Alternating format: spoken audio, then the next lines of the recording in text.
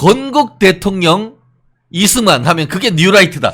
이게 도대체 무슨 말입니까 이게? 만약에 그 기준으로 하면 저도 뉴라이트네요. 네.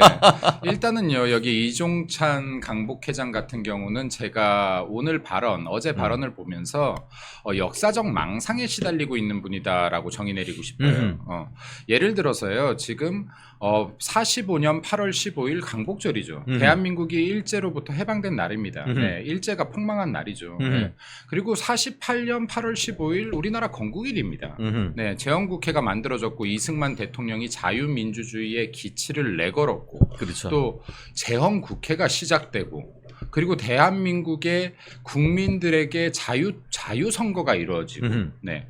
그리고 농지법 개정을 통해서 대한민국의 국민들이 내 땅에서 난 내 작물들을 소유할 수 있게끔 만들고 그렇죠. 네. 어마어마한 일이죠. 네. 예. 그리고 이뿐만이 아니에요. 네. 그리고 평화선을 금으로 인해서 독도 맨날 그렇죠. 이 민주당에서 우리 좌파라 이 친일파라고 하는데 아니요.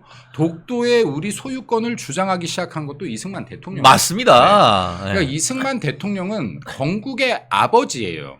근데 건국의 아버지를 아버지라고 부르지 않는 자들 뭐 홍길동입니까 지금 네. 이 사람들. 네. 그리고 강복절 당연히 의미 있는 날이고 그리고 임시정부 수립일 당연히 의미 있는 날이죠. 그리고 지금의 자유대한민국을 있게 한 건국일 48년 8월 15일 너무 의미 있는 날이죠. 근데 이러한 것들을 부정하는 세력들에게 왜 이 말을 당당하게 못합니까? 건국의 아버지 어제 이런 말을 했더라고요. 이종찬 강복회장이. 네네. 지금 이러한 인사는 김구 선생을 테러리스트로 만들고 이승만 대통령을 건국의 아버지로 신격화시키기 위한 작업이다. 이 무슨 말 같지도 않은 소리입니까? 그렇죠. 대한민국 6천만 국민 중에 김구 선생님을 테러리스트라고 비하하는 사람 있습니까? 다 존경하죠. 이게 진실인 것만큼이요. 이승만 대통령이 건국의 아버지인 것도 진실인 거예요. 맞습니다. 이 네. 진실을 부정하는 세력들이요. 아직까지도 사회주의 북한에 대한 추종적인 역사관을 갖고 있는 사람이다 뿐이 안 되는 거예요. 예를 들어서 하나만 말씀드려 볼게요. 1919년을 건국으로 볼 것이다. 중요한 날이에요. 중요한 날인데요. 우리 부모님들의 결혼기념일이 중요한 날이라고 그날이 내가 태어난 내 생일입니까? 정확한 비유네. 부모님께서 나를 만든 이 의미가 있는 결혼기념일이다라고 해서 이날 내가 태어났다라고 우기는 사람이 있어요? 그리고 건축물 공사를 시작했어요. 건축물 공사 시작한 날을 준공일이라고 우기는 사람이 있습니까? 착공일이지. 건물이 다 지어져야 준공일인 거예요. 그렇죠. 내가 오늘 헬스장 등록했다고 몸짱이라고 우기는 사람이 있어요? 몸이 만들어져야 몸짱인 거예요. 이 당연한 진실조차도 말을 하지 못하면 대한민국 우파 정치인이 아닙니다. 이런 싸움에서 지기 때문에 우리가 계속 지는 거예요. 왜 국민의힘 이거에 대해서 입장 표명 안 합니까? 국민의힘 힘도 제대로 입장 표명해야 되는 거예요. 그렇죠. 이런 싸움에서 지기 때문에 모든 싸움에서 지는 겁니다. 왜 건국일을 건국일이라고 못하고 건국의 아버지를 왜 건국의 아버지라고 못하고 이승만 대통령 아직까지도 기념관조차도 없는 나라가 이게 나라입니까? 이게 역사관이 바로 잡힌 나라가 맞습니까? 민주당에서 그리고 지금 이러한 일부 사람들이 계속해서 대한민국의 역사를 부정하려고 하는 것 이것은요 여전히 지금 종북 사관이 남아있기 때문에 그렇습니다. 네. 이러한 것들부터 우리가 싸워야 되고 지금 이런 논쟁이 붙었을 때 국민의힘에서 정말로 대응을 제대로 하셔야 됩니다. 그리고 지금 이 8.15라는 이 강복절이 얼마나 우리에게 의미 있는 날입니까? 일제 강점기를 거쳐서요. 6.25 전쟁을 거쳐서 폐허가 됐던 대한민국, 세계 최빈민국 대한민국이 세계에 우뚝 서고 지금의 경제대국으로 성장할 수 있었던 어떻게 보면 시초가 되는 날이에요. 이 날에 이렇게 지금 대국민적으로 잔치를 벌이고 기뻐해야 될 날에 이것조차도 국민을 갈라치게 한다 정치적으로? 이 사람들 정말 못된 사람들입니다. 제가 이게 지금 방송만 아니면 거의 쌍욕하고 싶어요. 맞아요. 이런 사람들에 대한 비판도 제대로 하지 못하면 이거 정치인 아니에요. 국민의힘에서 정말 강력하게 반발하십시오. 국민들을 갈라치게 하지 마라. 강복절까지도 정치적으로 이용하지 마라. 그리고 이승만 대통령 폄하하지 말라. 싸우십시오. 그렇습니다. 이 역사부터 바로 잡는 것이 우리 우파가 해야 되는 일입니다. 자유민주주의 대한민국에서요 자유를 만끽하면서 살면서 하고 싶은 말 다 하면서 살면서 개인 재산 부를 축적하고 살면서 대한민국을 부정하는 세력들이 도대체 무슨 생각을 가지고 있는 사람들입니까? 자신들의 진짜로 잘 먹고 잘 사는 것. 나만 잘 먹고 잘 살면 된다는 생각으로 국민 갈라치기하고 역사를 이용하고 있을 뿐이다라는 말씀 드리고 싶습니다. 그렇습니다. 제가 너무 흥분했나요? 정말 아까 봤더니만 말 안 해도 욕이 들리는 것 같습니다. 이런 말씀도 있을 만큼 저 또한 동감입니다. 사실 지금 이번에 광복회에서 뉴라이트 판별법이라고 해서 9가지 그 기준을 해놨는데 제가 보면서 한마디로 개판이다는 소리를 들었는데요. 거꾸로 한번 생각해 봅시다. 만약에 건국 대통령을 이승만을 어떻게 보면은 그 건국의 아버지라고 못 부르면은 아까 얘기했습니다만 종북 좌파 간첩이라고 봐야죠. 그렇죠. 네. 오히려 177만 건국 대통령 영화를 본 사람 다 뉴라이트입니까? 그리고 또 거꾸로 잘 보세요. 북한에서는 1919년 임시정부를 대한민국의 적통으로 보지 않아요. 오히려 그때 그 임시정부의 대통령이었던 이승만을 비판하고 있죠. 그러면은 북한은 뉴라이트입니까? 지금 이게 보세요. 제가 이 이야기도 몇 번을 합니다. 네. 민주당이요. 이런 사건이 나올 때마다 계속 친일몰이를 해요. 네. 친일몰이를. 자, 친일하고요. 일본하고 북한을 놓고 보면요. 일본은 지금 우리 적대국이 아니에요. 아니에요. 예. 예. 우리와 지금 군사적 우방 국가이고 경제적 우방 국가예요. 네. 네. 지금 상호 협조를 하는 국가입니다. 그렇죠. 북한은 지금 우리나라 상공에 미사일을 아직도 쏴대고 있는 적국이에요. 헌법에 지금 규정되어 있는 적국가입니다. 적국입니다. 그렇죠. 적국. 예. 근데 지금 이 북한을 추종하는 세력들이라고 봐야 되는 거예요. 대한민국이 지금 자유민주주의인 게 잘못됐다는 사람들인 거예요. 약간 좀 정신이 좀 통일 이상한 것 대한민국이었어야 된다는 거예요. 사회주의더라도. 그러니까. 예. 이게 지금 얼마나 말도 안 되는 소리예요. 지금 이런 막말들을 할 수 있는 게 대한민국이기 때문에 당신들이 막말을 할 수 있는 거예요. 그러니까. 당신들이 북한이었으면 이런 소리 꺼내지도 못하는 거예요. 꺼냈다가 어디 가지? 어제 탄광 가는 거 아닙니까? 안 이거? 죽으면 다행인 그러니까, 거예요. 예. 지금 대한민국에서 아무리 표현의 자유가 있다라고 해도요. 대한민국 국가를 부정하는 이런 발언들에 대해서는 저는 이거 처벌 규정이 있어야 된다고 봐요. 이 사람들. 그러니까 이게 아무리 진짜로 이게 대한민국에서 자유가 이렇게까지 보장된 나라라고 하더라도 이런 망언들 쏟아내면 됩니까? 지금 이승만 대통령을 건국의 아버지로 신격화시킨 작업이라고요? 건국의 아버지 아닙니까? 지금 이승만 대통령 때문에 당신들이 지금 이렇게 자유롭게 말하고 있는 거 아니에요? 당신들이 등 따시고 배부르게 살고 있는 거 아닙니까? 그러니까 이게 정말로 이런 역사관들을 못 들어주겠는 역사관들을 들으면서 박수 쳐주는 사람들이 또 있어요. 네. 그게 자기들한테 이익이 되니까. 그러니까 이게 이익을 위해서 나라도 팔아먹을 놈들이에요. 그러니까요. 예. 이게 자신들의 이익을 위해서 나라도 팔아먹을 놈들이고 팔아먹으려고 하는 놈들이다 지금 이게. 이 대한민국을 계속 후퇴시키는 이 종족들이에요. 그래서 지금 이 사람들은 제가 볼 때는 8.15 강복절 이거를 두 패로 나뉘어서 국민을 갈라치기 하고 있는데 8.15 강복절이 지나서도 이 사람들에 대해서는 정말로 대한민국을 후퇴시키는 종북 세력으로 분류를 아예 했으면 좋겠습니다. 그리고 종북 세력들을 분별하는 판별하는 이 기준 만들어야지 맞을 것 같아요. 네. 그러게요. 결국 지금 말씀하신 것처럼 역사 전쟁 말 그대로 6.25 한국 전쟁은 끝났지만 그 이후에 여전히 대한민국에서 역사 전쟁이 계속 이루어지는 것이고 그 부분과 관련해서 박근혜 전 대통령께서 역사 바로 세우기를 하는 과정에 좌파들의 어떤 그 좌파와 또 좌파 언론의 합작 공격으로서 정말 그와 같은 부분이 실패했던 안타까운 역사가 있습니다. 결국 그 부분과 관련해서 지금 좀 전에 김 대변인 얘기하신 것처럼 지금 이 부분과 관련해서 한동훈 지금 당대표도 좀 두고 보자라는 얘기를 하면서 역사 전쟁의 전면에 나서지 않는 이런 모습을 보이고 있는데 조금 더 이 부분에 대해서 강하게 이 드라이브를 걸어야 되는 것이 아닌가 하는 어떤 의견이신가요? 제가 이런 이야기도 많이 하는데 우리 당이 여론 눈치를 너무 많이 봐요. 여론이 안 좋으면 할 말을 안 하고 기다려봐요. 대기를 해요. 그러다 보면 저쪽에서 하는 말이 프레임이 돼서 국민들이 이걸 사실로 믿게 된다니까요. 맞아요. 예. 그냥 바로 싸워야 돼요. 말 같지 않은 소리에는 바로 대응을 해야 됩니다. 그래야지 국민들께서 이쪽 이야기도 듣고 이쪽 이야기도 듣는 거예요. 예. 그럼 예를 들어서요. 새끼오리가 태어나자마자 처음 본 동물을 어미로 인식하잖아요. 이 인식 효과라는 게 있어요. 그럼 처음 들은 말을 사실로 각인 효과를 각인을 한단 말이에요. 그럼 민주당이 저런 발언 발언을 했었을 때 같이 바로 맞받아 쳐줘야 되는데 이런 것들을 계속 눈치 보고 눈치 보다 보니까 민주당의 역사 프레임들에 계속 휘말리는 겁니다. 그러니까요. 대한민국 이승만 전 대통령이 없었으면 대한민국이 없어요, 여러분. 박정희 대통령이 없으면 지금 7대 강국, 경제 7대 강국 대한민국이 없어요. 이런 싸움에서 지면 안 되는 거예요. 이런 싸움에서 절대 지면 안 되는 겁니다. 이게요, 지금 보세요. 대한민국에 간첩 수두룩 깔렸습니다. 간첩이라고 하니까 계속해서 사람들이 이거 무슨 요즘 시대의 간첩이야라는 생각 사람들 많은데 이거 간첩이 영어로 하면 스파이예요. 네. 스파이들 온 세계에 깔려 있어요. 네. 근데 이런 종북 세력들이 지금 역사부터 문화, 예술 온 분야에 다 침투하고 있는 거예요. 지금 이거 말이 됩니까? 이거 말 같은 소리를 해야죠. 8.15 강복절 날. 그렇습니다. 사실 우리가 이념적 죄송해요. 아니 일어나가지고 한번 네. 그냥 한번 열점 더 내야 되는 것 같은데요. 사실 뉴라이트란 것이 뭡니까?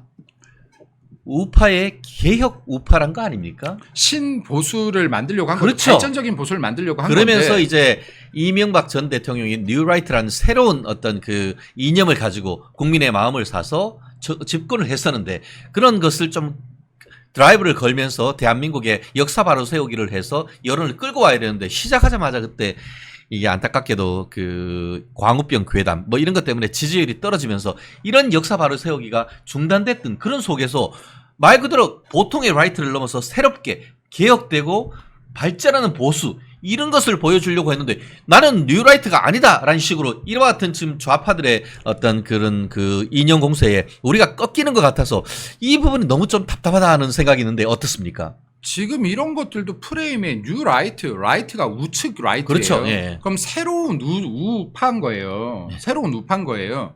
근데 예를 들어서 뉴라이트 중에서 잘못된 부분이 있을 수 있다. 잘못된 사람이 있을 수 있죠. 그렇죠. 예. 예를 들어서요. 우파 진영에도 우파 같지 않은 사람들이 있을 수 있고 잘못된 역사관을 가진 사람이 있을 수 있어요. 그 좌파에도 마찬가지예요. 맞습니다. 그리고 어떤 조직에든 개인적으로 문제가 있는 사람이 있을 수 있어요. 근데 이걸 전체로 확대 해석하면 안 되는 거죠.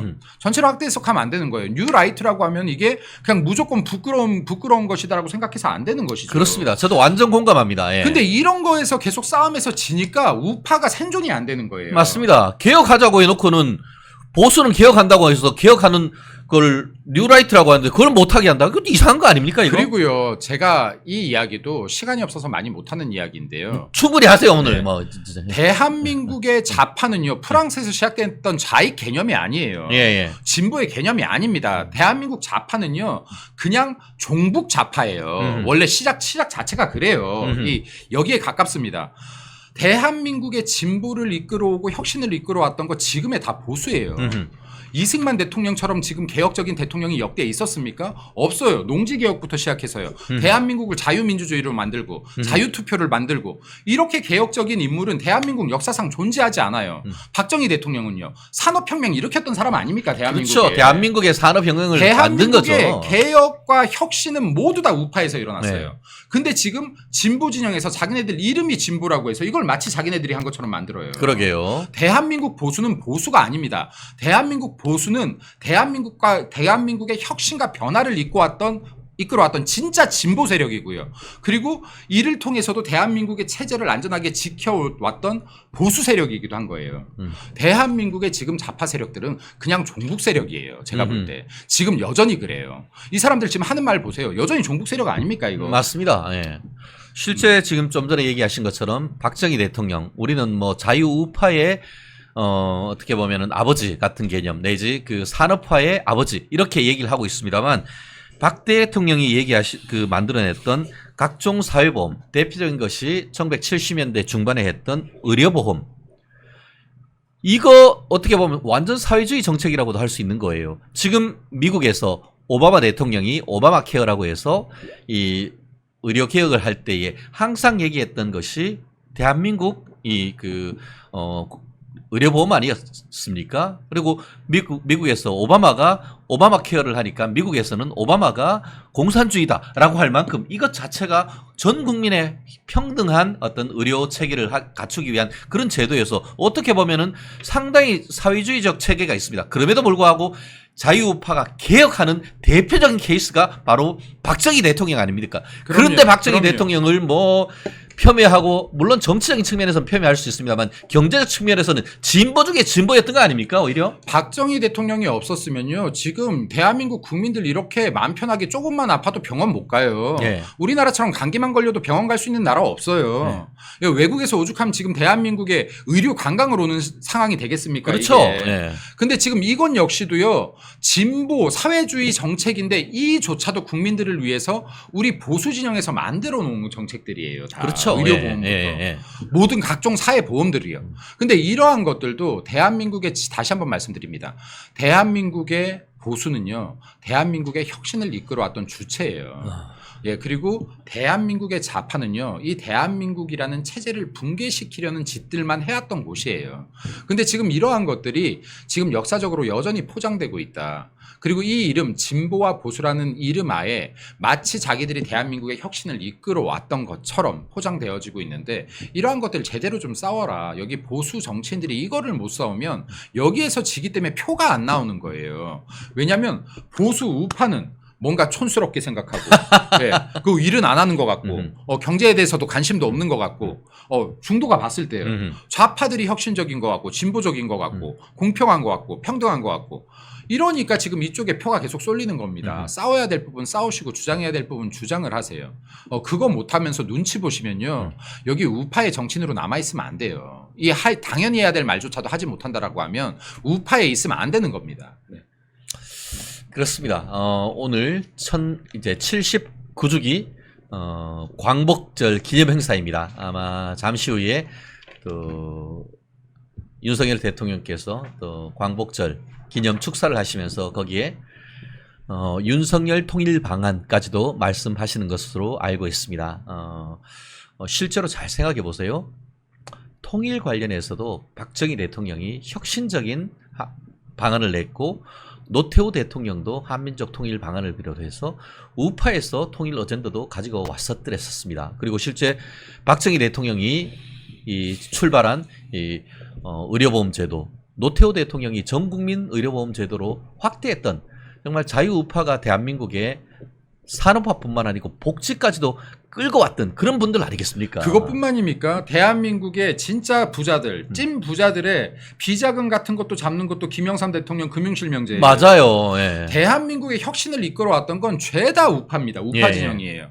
좌파가 했던 거는요. 대한민국이 가는 길에 발목 잡기 빼고는 한 게 없어요. 한 게 없습니다. 그 사람들 중에서 진짜로 뭐 정치적으로 민주화에 앞장섰다 그러는데 거기 지금 남은 사람이 있습니까? 진심으로 민주화를 이용했을 뿐이죠. 민주화 운동을 혼자서 했어요. 대한민국 국민들 다 같이 했던 거예요. 맞습니다. 이거에 대한 과실만 따먹었을 뿐이에요. 지금 민주화 파리해가지고 과실 따먹은 사람들이 지금 모여있는 집단 아닙니까 저거 사실대로 말하면. 그렇습니다. 실제로 사실 저는 뭐 좌파 우파를 나눈 것조차도 사실 좀 안타까운 상황인데 적어도 김대중 대통령 같은 경우에는 본인이 집권한 이후에 IMF를 극복을 하고 그 과정에서 한일 관계를 회복했습니다. 잘 생각해 보세요. 민주당이 지금 와가지고 진짜 윤석열 대통령 정부를 친일파라고 비난을 하면서 이러고 있는데 김대중 대통령은 일본에 가서 뭐라고 했죠? 천황폐하라고 했습니다. 그리고 자기 중고등학교 때 은사를 김다이조 하여튼 제 일본 말을 몰라서 그렇지 일본어로 제가 그 중학교 때 김대중이었던 선생님 제자입니다라는 얘기를 이 본인 은사 선생님한테 얘기를 했던 그런 분 아닙니까? 이게요 민주당에도요 사실 괜찮은 대통령이 몇 명 있었어요. 예. 제가 여기 시청자분들 싫어할지 모르지만 팩트 몇 개만 말씀드릴게요. 노무현 전 대통령 같은 경우에요. 민노총 세력을 등에 업고 대통령이 됐어요. 근데 실제로 대통령이 되고 나서 민노총이 대한민국의 해악이라는 걸 알았어요. 그렇죠. 그래서 노무현 대통령이 민노총 탄압을 시작합니다. 그래서 이런 말이 돌았어요. 노무현 전 대통령 때. 저 양반 좌측 깜빡이 켜고 우회전한다. 맞아요. 이런 말이 돌았어요. 그리고 실제로요. 구글에서는 아직 검색하면 나올 겁니다. 노무현 민노총 탄압하면 그때는 물대포가 아니라 곤봉으로 쳤어요. 곤봉으로 쳤습니다. 이거 사진 자료들 확인하실 수 있습니다. 자, 그랬더니 어떻게 됐죠? 바로 레임도 갔죠.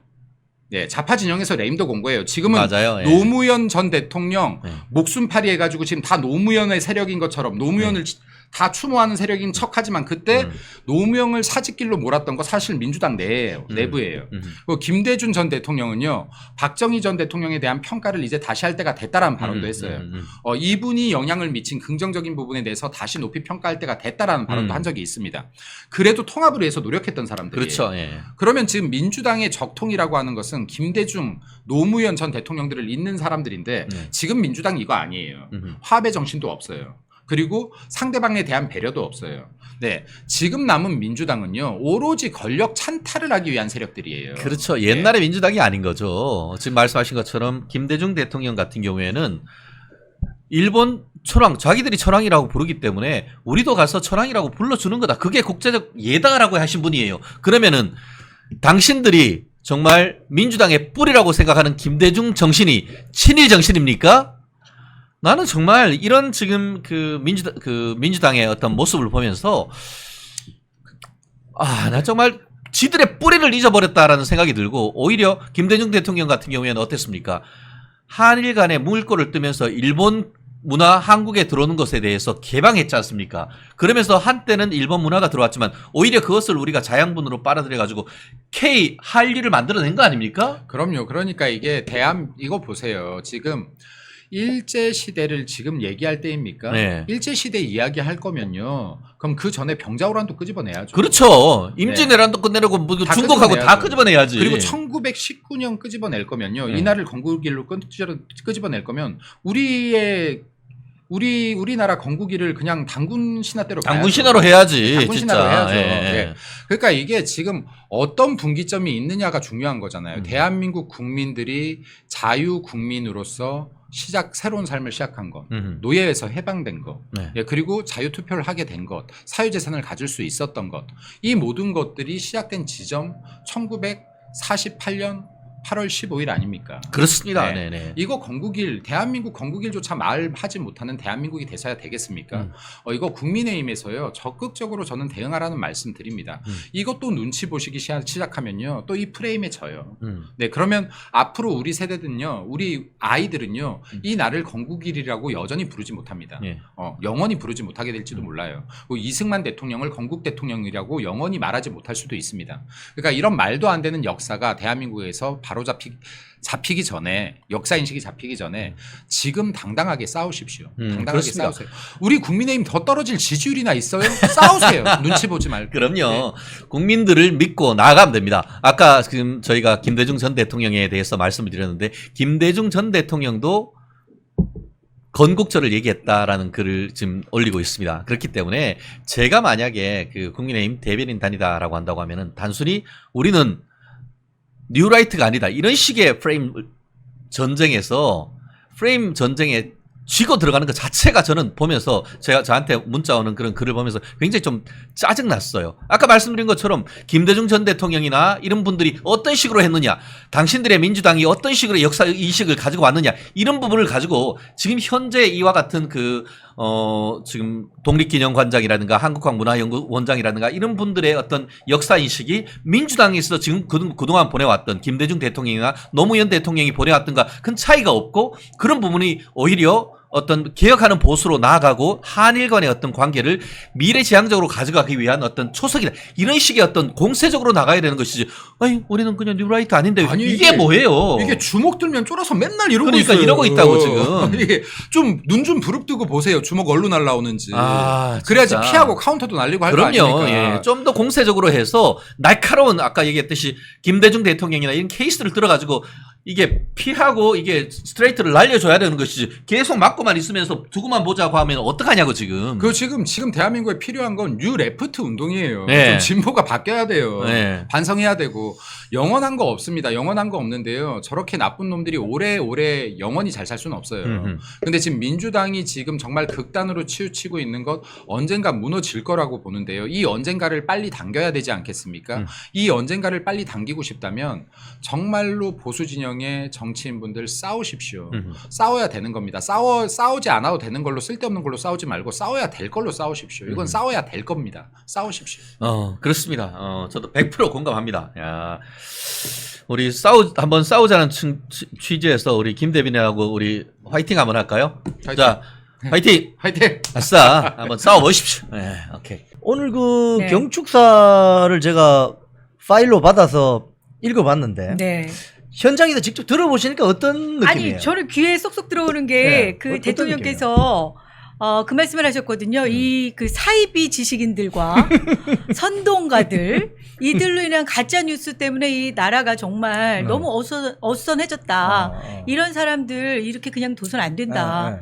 나라가 정말 어려워졌고 그리고 또 북한 동포들에 대한 네. 그 애정 이런 것도 고스란히 말씀하셨어요. 아. 그래서 참 오늘 대통령께서도 마음적으로는 참 심적으로는 마음에 안 좋으셨을 것 같아요. 이게 광복회에서 그렇게 따로 한다고 그래가지고. 그 저기 대통령의 어떤 기념사를 네, 읽어보니까 네, 어떤 느낌이 들었냐? 아까 그 말씀하신 가짜 뉴스를 양산하는 사이비 지식인 그렇죠. 이게 사실은 해방 전국에도 있었습니다. 아니 그러니까요. 지금도 이런데 해방 때는 오죽했겠어요? 그때는 휴대폰도 없었기 때문에 아, 그렇죠. 그냥 떠들고 다니면 그게 다 유언비어였잖아요. 그렇죠. 유언비어인데 그 유언비어 날조했던 세력 중에 대표적인 게 남노당이잖아요. 그렇죠. 남조선 노동당, 네, 남노당. 그래서 폭동 일으키고. 그렇죠. 그러니까 이 이승만 대통령이 단독으로 남한 정부를 세운다고 했을 때는 얼마나 싫었겠냐고요. 그 사람들이. 특히 이게 이제 어떻게 보면 저희도 한반도가 통일된 나라로 갔으면 좋았겠지만 그때 상황이라는 건 그렇지 않았잖아요. 그러니까 이승만 대통령 입장에서도 남한만이라도 자유민주주의 국가를 네.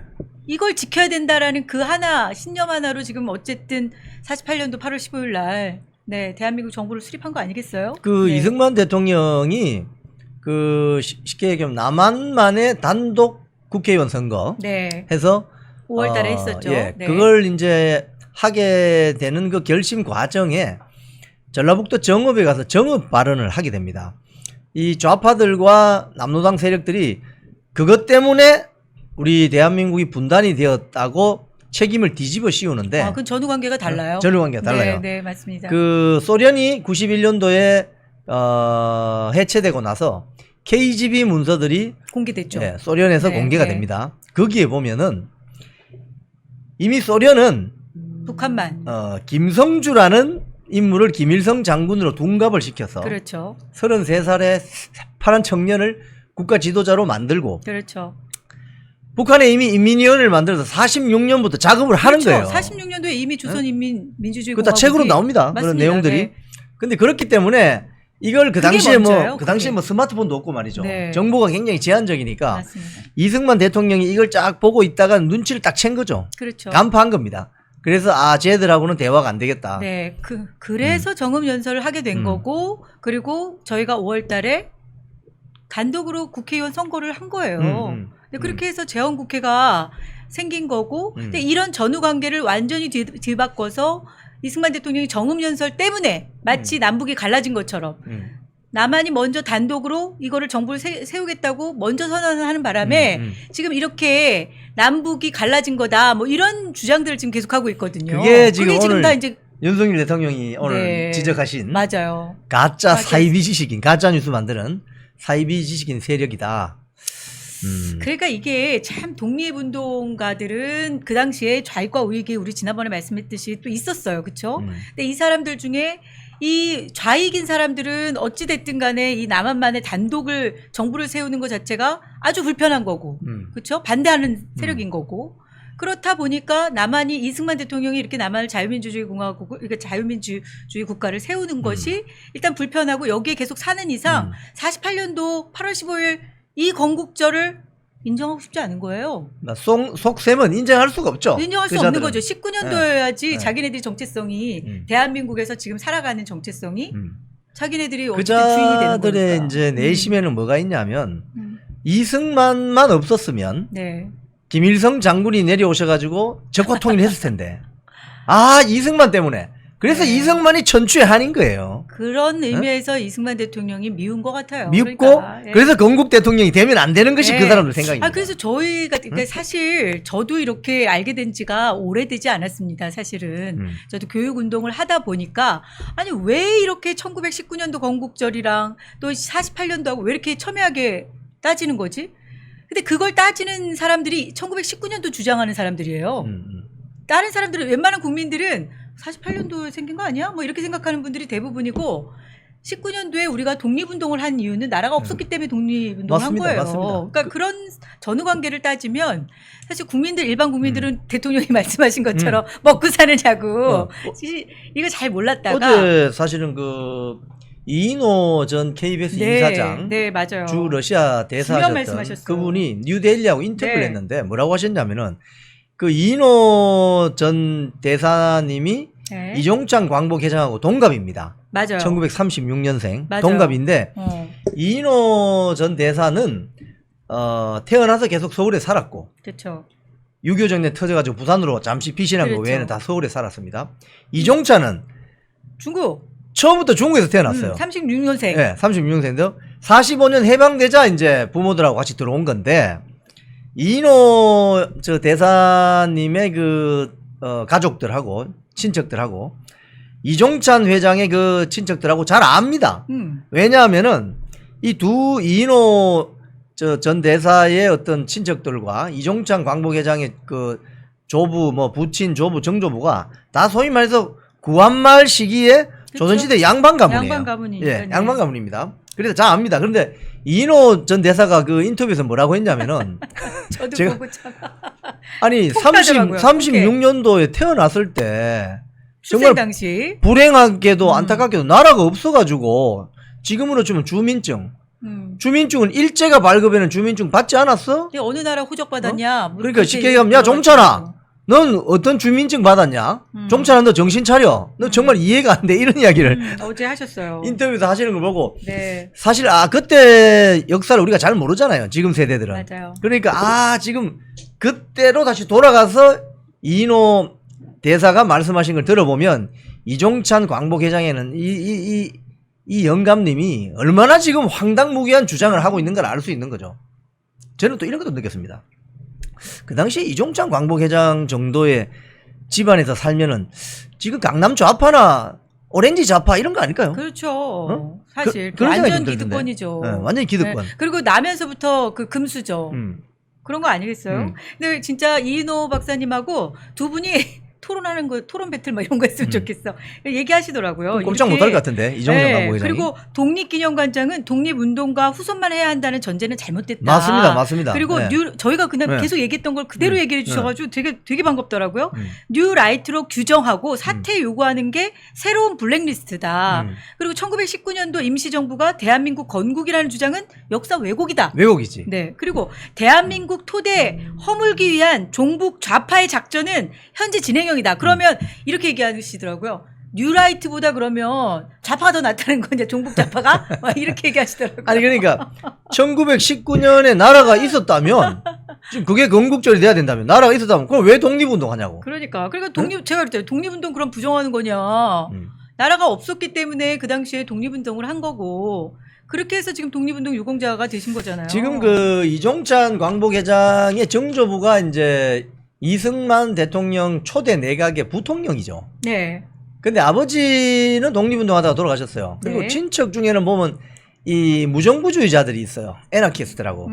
그게 이제 무정부주의의 사상적인 근본을 따져 들어가면 그 공산주의하고 만나게 돼 있습니다. 네, 그래서 맞아요. 저는 이런 생각을 해봤어요. 이 이종찬 광복회장이 그 당시 1930년대 강남 좌파였나? 캐비어 좌파, 아니 그러니까요. 금수저 좌파, 뭐 어른답게 그냥 오늘 참 이렇게 좀 아쉽더라도 본인이 밀었던 사람이 또는 뭐 본인 원하는 사람이 안 됐다 하더라도 대통령의 결정이니까 근데 통 크게 지켜봅시다. 잘못하면 그때 가서 지적하시는 건 맞아요. 그런데 오늘 같은 이런 좋은 행사에 예. 그걸 따로 하는 게 이게 대한민국 안에 또 다른 광복절을 지금 기린다는 것 자체가 이게 참 불행한 일이잖아요. 그 연합뉴스 보도를 보면 사진이 막 나와 있는데 그랬어요? 그 보셨어요? 효창공원의 그 네, 김국 인형관 네. 거기에 이종찬 광복회장이 단상으로 쫙 걸어가는데 거기 뭐 조국당 대표, 아이고. 박찬대 뭐 민주당 원내대표 아이고 또 민주당 글로 몰려갔구나. 전부 서서 그냥 조국혁신당. 막 인사를 하는데 보니까 제가 보니까 이종찬 광복회장이 대통령인가? 아니 민주당하고 조국혁신당한테 응원받아서 좋겠어요? 완전히 대통령 완전히 행차를 진짜. 하시는 것 같은데. 아이고. 아니 그러니까 민주당이 응원을 하고 있더라고 이종찬 회장을. 야, 진짜 어떻게 된 거야 도대체? 지금 그래서 보면은 오늘 이 조간신문에 많이 보도가 되었는데 네, 그 천안의 독립기념관장 네, 이제 뭐랄까요 그저 임원추천위원회라고 있는데 네. 그게 최종 결승전 이제 올라간 3명이 있어요. 3명. 그렇죠. 3명이 있는데 네. 이종찬 회장이 밀었던 2명이 있어요. 아, 예. 3명 중에 2분? 아니요. 그러니까 그 2명이 어. 결승전에 올라가지도 못했어요. 아, 그래요? 예. 그러니까 아, 네. 김영석 교수는 점수가 그냥 평가 점수가 워낙 좋으니까 거의 1등으로 올라간 것이고 인품이 좋으시잖아요. 네. 이 2명이 오늘 조선일보에 실명이 나왔는데 아, 실명 나왔어요? 나왔어요. 김진이라는 사람하고 이분이 김구의 뭐 정손자인가 그렇습니다. 그렇죠. 김정명이라는 서울 소재 모 대학 석좌 교수인데 아, 2분을 미룬 거군요. 네, 2사람을 자기가 추천한 거죠. 추천했는데 이 2사람이 네. 예선전에서 탈락했어요. 아, 그러면 3명 왜? 중에도 못 들은 거네. 네, 점수가 안 좋으니까. 네. 그리고 여기 그 심사위원장을 천안의 독립기념관 이사하는 분을 지금 현재 이사. 지금 현재 이사하는 분을 심사위원장으로 앉혔는데 이걸 또 이종찬 회장이 하라고 해서 했대요. 근데 지금 그것도요? 지금 광복회가 이 사태가 벌어지니까 그 심사위원장 했던 그분을 아이고. 위계에 의한 공무집행 방해로 고발했습니다. 아, 고발했어요? 네, 고발했습니다. 아니, 어디까지 가자는 거예요, 아니, 도대체? 그래서 이분이 이제 입을 연 거예요. 폭로한 겁니다. 아, 그러네. 화가 나니까. 아니, 내가 심사위원장 하라고 해서 했고, 그 이종찬 광복회장이 김정명은 점수가 너무 안 좋아가지고. 예선에서 탈락한 거네. 예선전 탈락했는데. 한마디로. 이것 때문에 지금 이렇게 깽판 치는 거야? 이런 식으로 오늘 조선일보 인터뷰를 했습니다. 아니, 이게 무슨 망신이에요? 근데 더 놀라운 거. 최종 결승전 올라간 3명이 있습니다. 네. 저 관장된 김영석 교수. 네. 그리고 2분이 더 있는데 여기에 A 교수라는 사람이 있어요. 네. 이 A 교수를 이종찬 회장이 뉴라이트라고 비판을 했다는 거예요. 아, 또 그분도? 비판을 했는데 최종 면접 점수는 김영석 교수는 제일 낮은 52점인가를 주고. 아, 누가? 이종찬 회장이? 그렇죠. 주고. 그거 지금 그게 점수가 공개된 거네요? 공개됐죠. 그래서 그 A 교수 결국 탈락했는데 그 교수는 뉴라이트라고 비판했으면서 제일 높은 82점을 준 거예요. 뭐야? 그러면 뉴라이트라서 안 된다는 말도 그거 거짓말이지 틀린 그러니까 이거 뭐예요 도대체? 뉴라이트라서 김영석 교수가 안 된다는 말은 거짓말입니다. 새빨간 거짓말이야. 이거 드러나면 드러날수록 이종찬 회장님만 그래서 지금 생겼네. 거기 그 인터넷 신문에 댓글이 댓글이 어떤 게 있는 거 알아요? 댓글. 아니 돈 받은 거 아니야? 이거 누구 시켜주려고 돈 받은 거 아니야? 이런 댓글까지 있다니까요? 야, 진짜 막장도 이런 막장이 없습니다. 진짜 심하네요. 응? 진짜 이런 정말 막장이 말이 안 없어요. 돼. 응? 참. 자, 이런데 오늘 윤석열 대통령이 경축사를 하시면서 네. 제가 그 제일 많이 눈에 띄는 단어가 자유였습니다. 자유. 맞아요. 그 다음에 통일. 네. 그 다음에 미래로의 전진. 네. 자유를 이야기하시면서 그 아까 우리 박수영 대표님 말씀하신 가짜 뉴스 양산해내는 사이비 지식인 그렇죠. 이런 세력을 발본색원해야 된다. 예를 반드시 들자면 척결해야 된다. 척결해야 된다. 네. 이런 이야기를 하신 것 같은데 사실 이 자유에 대해서 우리가 자유라는 걸 대한민국 체제가 누리고 있지만 똑같이 저 북한 같은 경우도 자유라는 말을 씁니다. 민주주의. 그렇죠. 하지만 자유가 없죠. 근데 이 광복절에 우리가 다시 깨닫게 되는 이 사상의 자유. 이 광복회가 요번에 뭐 이렇게 하면은 뉴라이트입니다. 이러면서 9가지 네. 기준을 제시했는데 이거 뭐 광복회하고 민주당 이런 세력이 정말 우리 국민의 어떤 내심의 사상의 자유를 검증하는 뭐 아니 타포인가? 그러니까요. 제가 요즘에 참 희한한 게 민주당 국회의원들 있잖아요. 예. 아니 사상 검증은 우리가 해야 되는 거 아니야? 그 사람들을? 근데 요즘에 국회에서 벌어지는 거를 보면은요. 청문회 같은 거 하거나 이럴 때 네. 인사 검증할 때 네. 민주당 국회의원들이나 아니면 정의당 국회의원들 지금 이제 21대 때는 사상 검증을 자기들이 해. 그래갖고 뭐 건국절이 언제냐고 건국된 해가 언제냐 막 이거를 물어보고 자기들이 오히려 논란을 부추긴 측면이 있어요. 그러니까 1919년도라고 안 하면 막 공격하고. 근데 이상하게 이제 이러다 보니까 이 부분을 이제 명확하게 우리가 한번 짚고 넘어가야 될 것 같아요. 대한민국에서도 이제는. 지금 그 어제 보도된 내용이지만 9가지에 해당되면 뉴라이트입니다. 이러면서 첫 번째가 뭐냐면 이승만 대통령을 건국 대통령이라고 하면 뉴라이트입니다. 이렇게 규정을 한 거죠. 그러니까. 저는 이 기준에 하면 나도 뉴라이트인데. 그렇지. 응? 우리도 근데 1번은 맞아. 그렇죠? 그 외에 뭐 여러 가지가 있습니다. 여러 가지가 있는데 이게 말이 안 되는 것이 상해 임시정부를 비판한 것이 여러 세력이 있지만 북한 공산당도 상해 임시정부를 비판했거든요. 그럼 거기도 뉴라이트인가? 응? 네. 아니 그러니까 앞뒤가 하나도 안 맞아요. 이게 이 항목 9개까지 쭉 얘기해 놓고 여기에 뭐 그럼 9개 다 해당돼야지 뉴라이트라는 거야 아니면 이 중에 하나만 해도 뉴라이트라는 거예요. 도대체 이게 앞뒤가 안 맞고요. 그리고 일반 국민들 중에 이렇게 생각하면 뉴라이트다? 아니 그리고 또 사실 뉴라이트라고 얘기하는 것 자체가 제가 지난 방송에서도 얘기를 했지만 그것도 그렇게 낙인 찍는 것 자체도 낙인 그것도 찍는 잘못된 것 같아요. 이게 옛날에요. 사실 우리 사회 일각에서 빨땡땡이라고 하면서 낙인 찍기 한 거 있잖아요. 맞아요. 이거하고 똑같은 겁니다. 맞아. 네? 그래서 그런 말은 굉장히 좀 절제할 필요가 있는데 네. 지금 좌파 진영에서 자기들하고 생각이 다르면 뭐라고 합니까? 야, 저 극우야, 극우.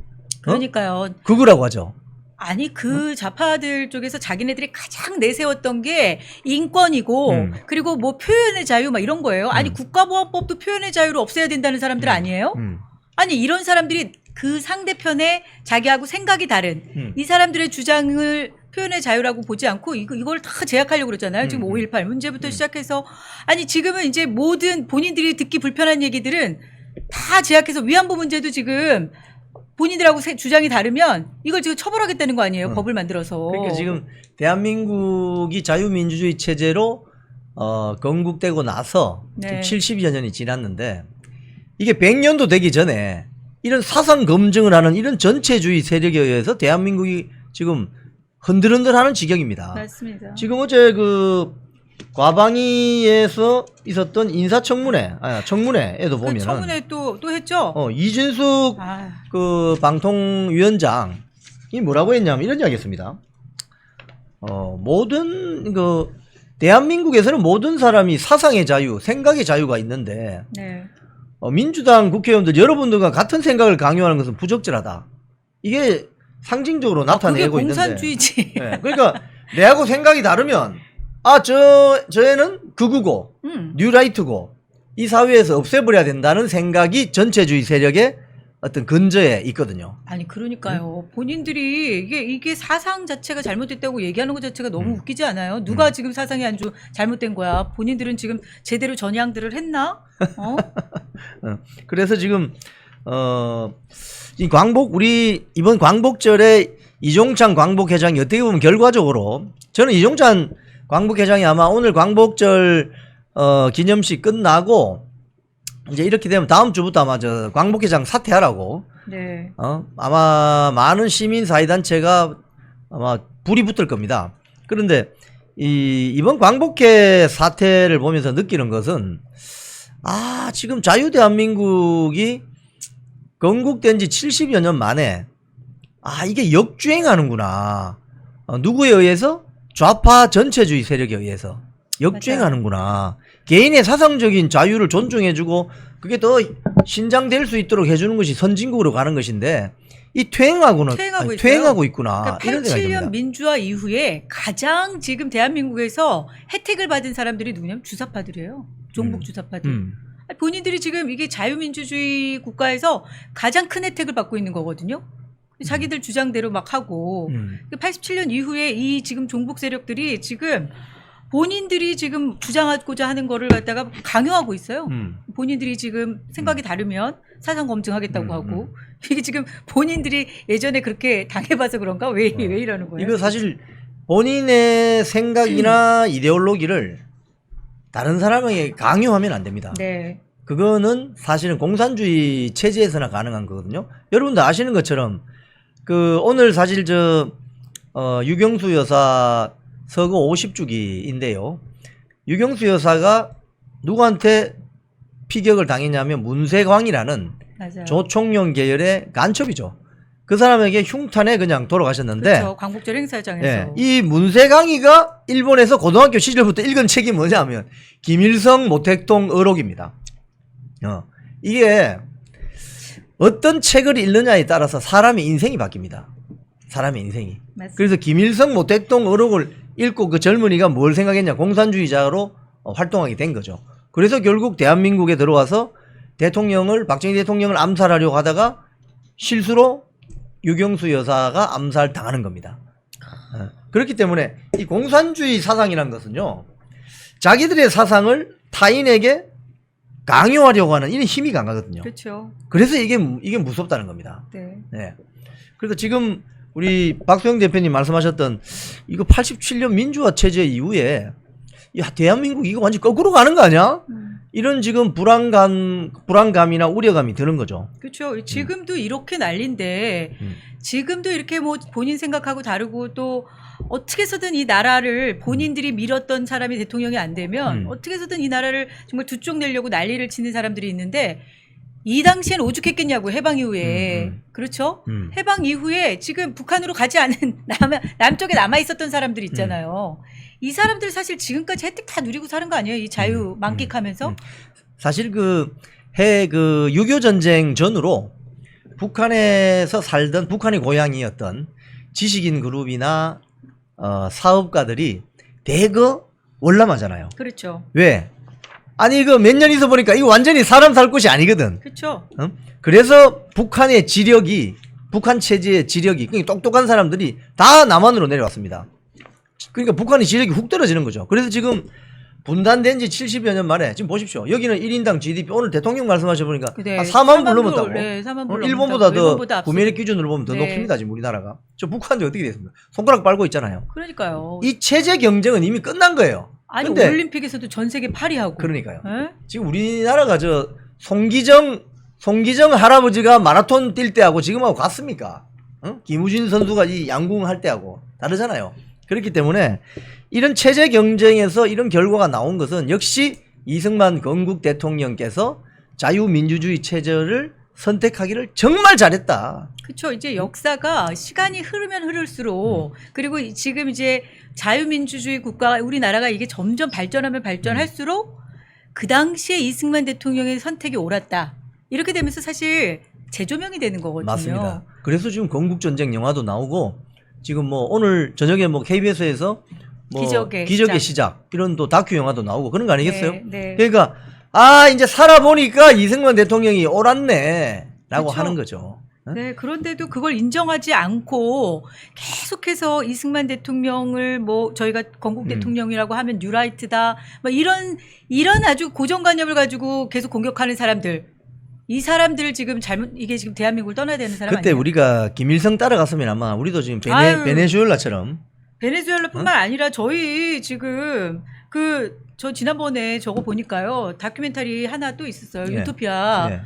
그 다큐멘터리 보면서 느낀 게 뭐냐면 저희도 옆집 변 훔치러 갔을 수도 있어요. 그거를 변도 훔쳐간대잖아요. 지금 이제 에너지가 부족하니까 그거 모은다는 거 아니에요. 인변이요. 사람 인변. 그러니까 이렇게 우리가 지금 어떻게 살았을지 자명하거든요. 눈에 빤히 보이잖아요.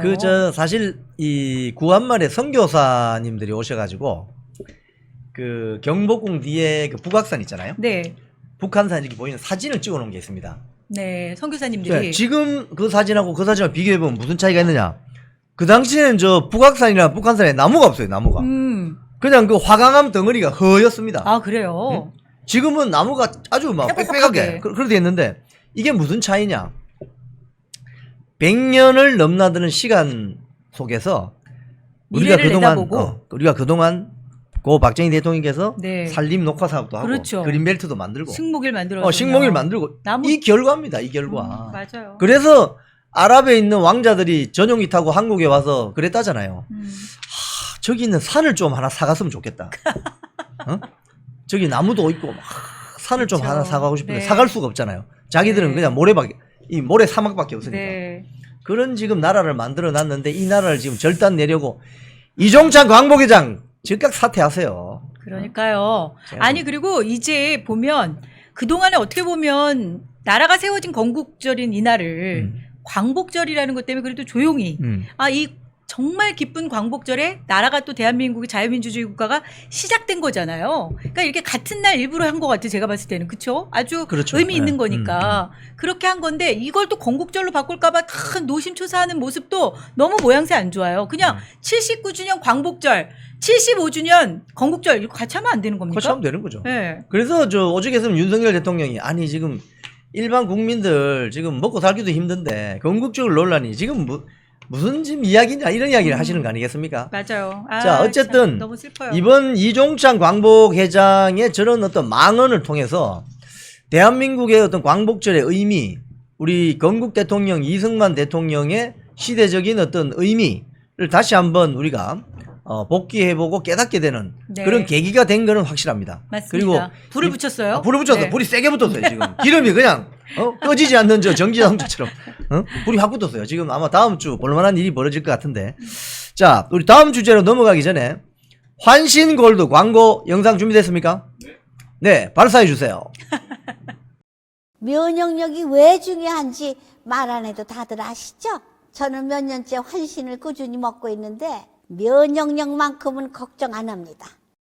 요즘 같은 시대 튼튼한 면역력에 건강까지 쑥쑥 지금부터라도 환신 꼭 챙겨 드세요. 드셔본 분들만 그 진가를 느낄 수 있다니까요. 이제 면역력은 환신에 맡기고 건강하고 즐거운 인생 누리자고요. 요즘 부쩍 면역력이 걱정이세요? 면역력을 팍팍 튼튼하게 챙기고 싶으세요? 부담 없이 전화해서 지금 바로 상담 받아보세요. 전현희? 이름이 조금 그래요. 뭐긴 어울리는데요. 치과 의사면서 법조인이기도 합니다. 저 한때 뭐 방송도 같이 많이 했습니다만 전현희 민주당 의원이 청문회장에서 윤석열 대통령 부부가 살인자라고 했습니다. 제정신입니까 이거? 국민에 대한 모욕이고 대통령실에 말씀하신 것처럼 국민에 대한 모욕 아닙니까 이거? 그냥 제정신 아닌 사람이에요. 네. 네, 제정신 아닌 사람이고 권력에 미친 사람이에요. 예. 네, 권력에 미친 사람이고 권력에 미쳐서 아전인수, 막무가내를 일삼고 표리부동한 사람입니다. 예, 이 사람이. 예. 왜냐면요, 이 사람 지금 일단 제가 몇 가지만 한번 이야기할게요. 문재인 정권 당시에 건의위원장으로 활동했었죠. 그렇죠. 이때 당시에요. 탈북선언 강제 북송 사건에 대한 입장을 내라고 했는데 입장 표명 거부했어요. 야. 네. 이 여자 이런 사람이에요. 근데 네. 인권 타령하는 인권파리 하죠? 그러니까요. 자기가 정치적으로 불리할 것 같으면 입을 딱 닫아요. 네. 당연히 해야 될 일도 입을 딱 닫습니다. 선택적 인권이네요, 이거. 그리고 서해 공무원 피살 사건이요. 이것도 유권에서 거부했던 여자입니다. 네. 지금 이거 두 가지만 봐도 이 여자의 인성이나 정치적 욕심이나 이걸 위해서는 어떤 말이든 떠들어댈 수 있는 사람이라는 걸 증명하는 거예요. 이뿐만이 아니죠. 지금 실제로 국민의당, 정의당 이런 야당들이요. 비교섭 단체들 부동산 전수조사하자고 할 때 이 여자 반대했었어요. 이거에 대해서. 그래놓고 국민의힘 전수조사하자니까 적극적으로 임무에 임하겠다. 이 여자가요 아주 표리부동한 사람이에요. 야, 네, 정말. 이것뿐만이 아니죠. 조국 사태. 아하. 네, 그리고 추미애와 추미애 아들 사건. 네네. 이 두 사건 똑같은 사건인데 오호. 조국과 와이프는 업무 연관성이 없다. 이거는 있다. 똑같은 사건을 지금 완전 다르게 해석하는 사람입니다. 네. 내가 정치적 유불리에 따라서. 그러면 전현희, 아, 예, 전현희가 왜 이런 발언을 했느냐? 지금 어제 갑자기 대통령 부부를 살인자로 만드는 왜 했을까요?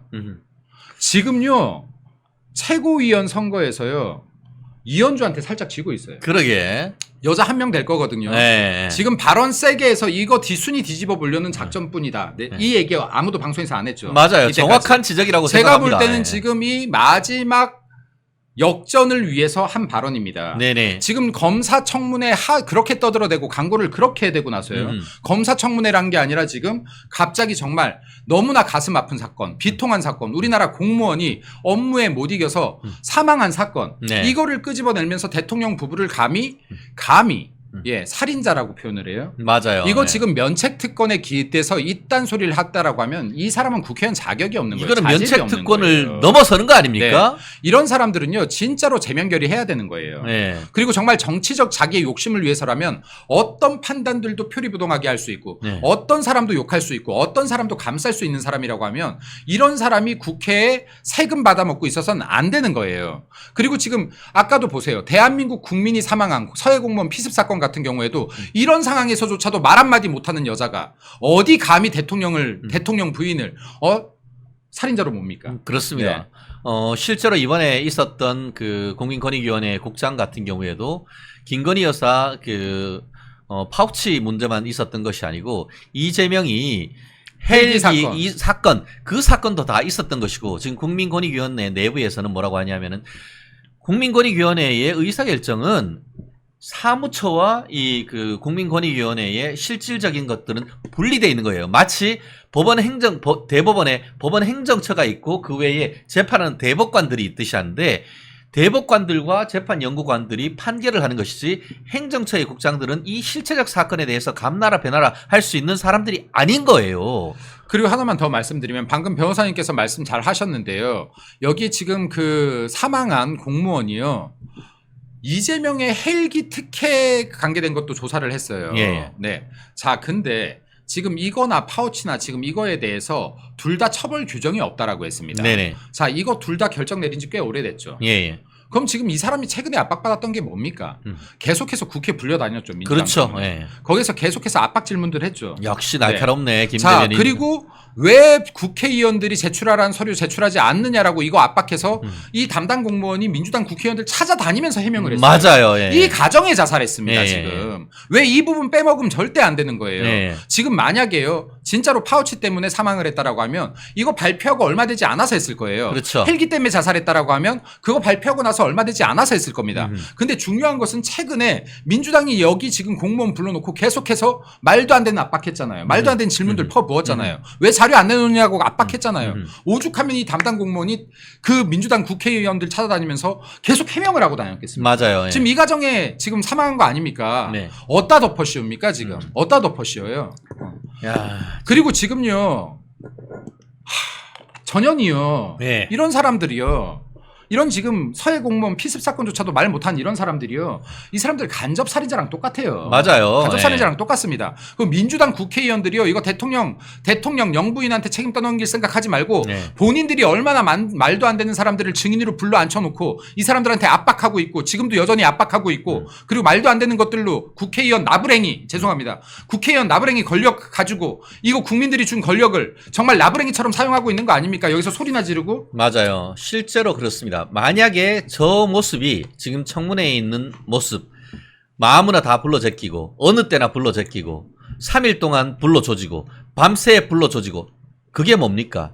그게 인권 유린 아닙니까? 그게 바로 인격 살인 아닙니까? 그거 못하게 한다고 야간 조사 못하게 하고 검수완박해가지고 검찰 폐지한다는 작자들이 그래서 그런 검사들 탄핵한다는 작자들이 똑같은 짓, 그것보다 더한 짓 한다는 것은 국민들이 국회의원 탄핵해야 하는 거 아닙니까, 이거? 이거 진짜로요. 민주당은 지금 선을 넘어도 너무 넘었다. 이건 돌아올 수 없는 강을 건넜는데요. 이게 진짜 루비콘 강이 됐으면 좋겠어요. 이 민주당 입장에서. 그리고 지금 여기에 진짜 이 양반들이요. 참 말도 안 나옵니다만은 국회의원 권력이 국회의원이라는 자리가 대한민국 국민들을 대표하는 300명뿐이 안 돼요. 6천만을 대표하는 300명입니다. 얼마나 존중받아야 되고 이 권력을 통해서 할 수 있는 일이 얼마나 많습니까? 그럼에도 불구하고 이딴 짓이나 하고 있기 때문에 많은 사람들로부터 쯔쯔쯔 소리를 듣는 거예요. 어떻게 이 주어진 권력을 이따위로뿐이 못 씁니까? 아유. 그래서 그런가요? 싸우세요. 그리고 그렇죠. 지금 이것도요. 대통령 영부인 욕한 거 이거 지금 살인자라고 표현한 거요. 지금 이 정도 수위 말고요. 미친 듯이 싸우세요. 가만두지 마세요. 이거 제명결의한 정도가 아니고요. 이거 전현희 집 앞에 가서라도 이거는 그렇죠. 소리 지르고 피켓 들고 하세요. 네. 그 송석준 의원이 맞대응을 했습니다만 거기 서서 이쪽 저쪽 해서 소리 지를 것이 아니고 갓에 가서 바로 앞에서 얘기를 했어야지. 어디 그런 입만 살아가지고 지가 입 뚫렸다고 입이야? 나 참 어이가 없어서. 그래서 아까 그 김대빈 얘기하신 것처럼 대통령실이 전현희의 발언에 대해서 전현희라고 할게요. 그냥 무슨 의원이야. 공직사회를 압박해서 죽음에 이르게 한 것은 민주당이다. 이런 얘기를 했단 말이에요. 아마 지금 그 김 대변인이 느끼는 것이나 대통령실에서 느끼는 것이나 같은 맥락이 아닌가 싶습니다. 제가 아까 최고위원 당선되려고 한 말이라고 했죠. 지금 최고위원 순위가요. 5명 뽑잖아요. 이현주가 5등이에요. 지지율이 11.56%입니다. 네. 전현희가 6위예요. 11.54%예요. 0.02% 차이 납니다. 네. 지금 역전극을 노리는데 역전극으로 지금 대통령과 영부인 8위를 한 거예요. 아하. 예. 제일 자기들 개딸들한테 호소할 수 있는 키워드가 윤석열, 김건희, 살인자. 완전 자기들로선 필승 카드로 지금 꺼낸 거네요. 지금 자기 한 명 살겠다고, 자기 네. 한 명 여기 최고위원회 들어가 보겠다고 이런 말 같지도 않은 짓거리 발언들을 지금 국회에서 한 겁니다. 이런 사람이요, 이 발언으로 인해서 최고위원 될 수도 있어요. 0.02% 뒤집을 수도 있어요. 자, 민주당 신 났겠죠 지금 이거. 국민의힘 진짜 국회의원 여러분 그리고 정치인 여러분 가만두지 마세요. 이거 끝까지 물고 뜯어서 싸우세요. 정말로 이거는 대통령을 지키는 문제가 아니라요. 이것조차도 제대로 싸우지 못하면요. 이거 보수가 정말 창피한 거예요. 여기에 내 가족도 지킬 줄 알아야 되고 우리 진영도 지킬 줄 알아야 되는 거예요. 대한민국도 당연히 지켜야 되는 것이고. 근데 우리 진영 사람들이 그게 대통령이 되었든 국회의원이 되었든 잘못된 것들 정말 잘못된 비판으로 해서 이렇게 막고 있을 때요. 제대로 싸워주셔야 돼요. 민주당은요 죄를 짓고도 죄를 지은 우리 편이 맞고 있어도 싸워요. 우리 당은요 죄 짓지 않은 우리 편이 맞아도 모른 채예요. 이러면 안 돼요. 제대로 싸우십시오. 내일처럼 싸우세요. 내일처럼. 그렇습니다. 남의 일처럼 싸우는 것이 아니고 무슨 우리 어르신들 그런 얘기 했잖아요. 뭐 처삼촌 벌초하듯 한다 하는 그런 얘기 하듯이 남의 일 하듯이 정말 무성의하게 하지 말고 그것이 내일인 것처럼 빡세게 한번 해보시란 말이에요. 108명, 108 본내만 할 것이 아니고 그것에 대해서 정말 전현희 집 앞에 가서 사무실 앞에 가서 피켓팅이라도 좀 하시란 말씀이에요. 제가 이런 얘기 제가 해본 적이 없거든요. 예. 저희 부모님한테도 안 했어요. 걱정하실까봐. 예. 제가 지금 소송 중인 건이 하나 있습니다. 어허. 제가 대변인 때 논평을 썼다가 소송을 하나 당했어요. 어허. 뭐 민주당 쪽에서 시켰는지 어쩐지 모르겠습니다만은 여튼 소송을 하나 당했습니다. 뭐 명예훼손도 있고 뭐 손배도 있고 어제 1심 판결에서 승소를 했어요. 오, 화이팅! 네, 근데 싸우세요. 소송 당해도 싸우십시오. 어허. 소송 당할 정도로 싸우세요. 저쪽에서 소송을 할 정도가 돼야 아픈 거예요. 아픈 그렇지. 곳을 건든 거예요. 그렇지. 예. 그지 않습니까? 저쪽에서 소송할 정도가 돼야 우리가 아픈 곳을 건든 거예요. 그제서야. 제발 좀 이런 거 무서워하지 말고 싸우십시오. 이거 싸울 줄 알아야요. 알아야 우리가 부당한 걸 안 당해요. 우리 부당한 걸 넘어서요. 우리를 지지하는 지지자분들이 부당함을 안 당합니다. 더 나아가서 대한민국 국민이 부당한 대우를 받지 않습니다. 진짜로 내가 이게 국회의원 자리 연연하려고 하지 말고 싸우십시오. 싸우세요. 예. 그렇습니다. 국회의원 108명이 머리 숫자가 적다고 해가지고 아무것도 안 하고 있는 모습 찍어준 사람은 열불 터집니다. 옛날에 민주당 100석도 안 돼도 잘만 싸웠더랬습니다. 물론 지금은 이제 국회 선진화법이나 뭐는 이런 것들이 있기 때문에 어떤 제도적 장치가 틀린 것은 뭐 저희도 충분히 압니다. 하지만 여론이 있지 않습니까? 이런 무도한 민주당의 행위에 대해서 여론을 통해서 국민들한테 좀 더 다가가는 그런 모습이 필요한 건 아니겠습니까? 그럼요. 당연하죠. 그래서 이게 우리 당이 지금 사실은 제가 볼 때 그래요. 사실 우리 당이 갑자기 지는 게 아니에요. 네. 되게 오래됐어요. 예를 들어서 언어를 뺏기기 시작하고 정말로 작은 역사적 싸움에서 패배하면서부터예요. 예를 들어요. 대한민국 근로자를 저쪽은 뭐라고 부릅니까? 노동자라고 하지. 근로자의 날을 뭐라고 해요? 노동절이라고 해서. 노동절이라고 해요. 이런 단어 싸움에서조차 지면 안 돼요, 사실. 네. 그리고요, 저쪽에서 우리 정권 잡았을 때 헬조선 이런 싸움에서 지면 안 되는 거예요. 맞아요. 왜 헬조선이야? 우리나라 같은 해외 나라가 사람들이 어디 있어요? 우리나라로 와가지고 이런 천국이 어딨냐 한단 말이에요. 남들이 봤을 때 헤븐인데 네. 우리 헬이라고 하고 있는데 네. 이거 왜 가만히 있어? 자기 비하하게 만들고. 예, 근데 이런 싸움들에서 계속 지고 있는 거예요. 지금 네. 이 역사 전쟁도 마찬가지예요. 이승만 대통령을요, 건국의 아버지가 아니게 우리가 가만히 두면요, 진짜로 그때부터는 대한민국의 역사관이 종북 역사관 돼버리는 거예요.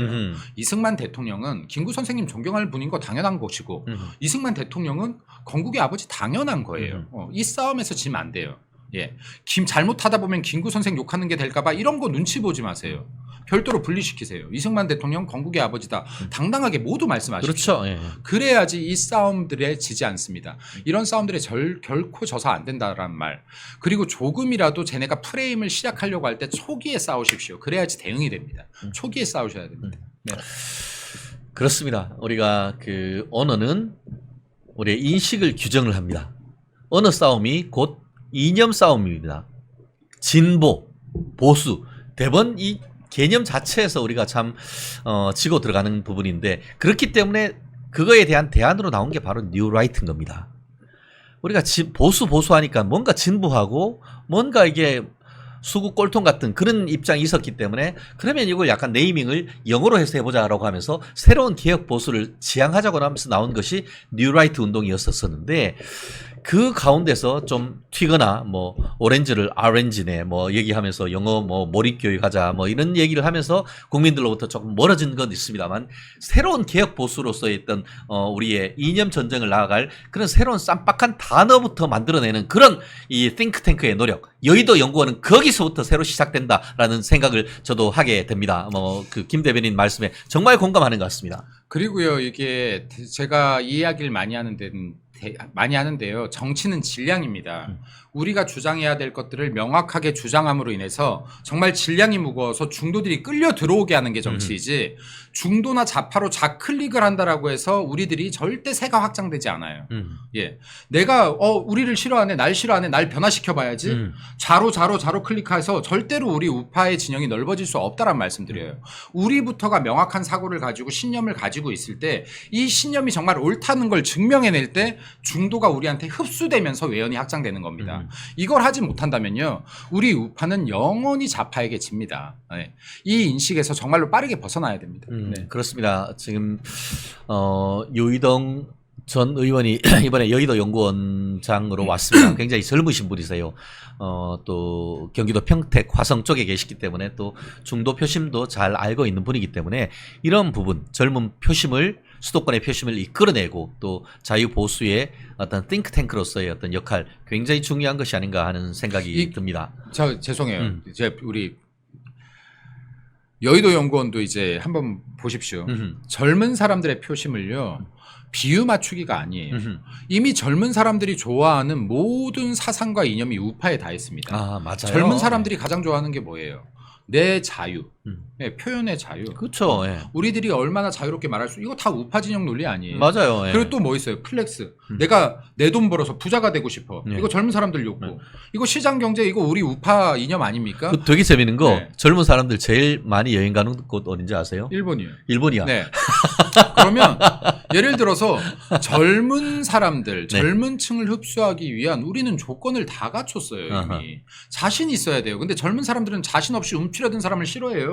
내 할 말 제대로 하는 사람을 좋아해요. 근데 계속 움츠려요. 맞는 이론을 갖고 있고, 맞는 신념을 갖고 있고, 맞는 이념을 갖고 있는데 계속 움츠리면 어떡해. 그러니까 거짓말 같잖아. 맞는 말을 해도 거짓말 같잖아요. 맞아요. 예. 민주당은 틀린 말도 자신감 있게 하니까 진짜 그렇지, 같잖아요. 진짜 같아.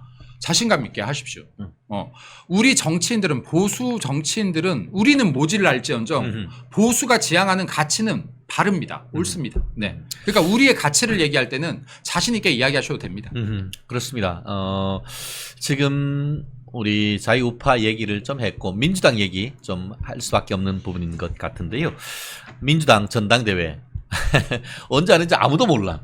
아직도 안 끝났다. 아니, 여기 언제 끝나? 언제 끝나? 아니, 끝났나 하고 신문 찾아보면 아직도야.